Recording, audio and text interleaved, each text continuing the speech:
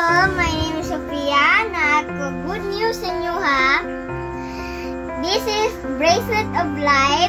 Nahatag ni teacher.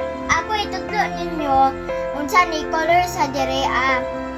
Kane yellow, kane black, kane red, kane white, kane green.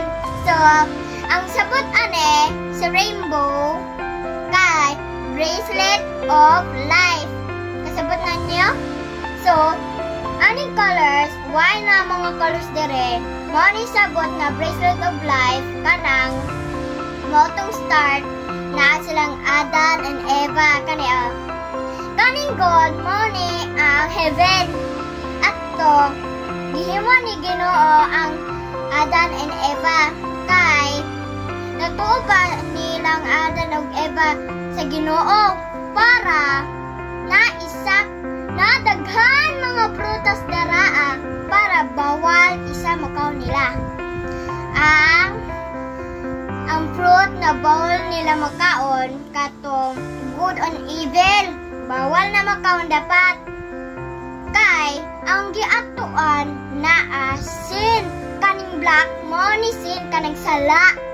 So mone, nasala na silang Adan and Eva kay si Eva nagkita sa tanas katong snake. Snake diba to? Para siya, dili siya tanas. Para tanas bitaw to kay naa tong tiil. So, kita ninyo sinne sa tanas. That's why na si Jesus na born sa Christmas. Wala na silang Adan and Eva. Kita na ninyo, ang dugo ni Jesus. Okay? Kay, mo yung loob ni Jesus, dugo niya, and napatay siya sa cross para mawala ang sin nila. So, na ang dugo niya, nagtulo-tulo para mawala ang sin nila, gihawa niya mga taong sin.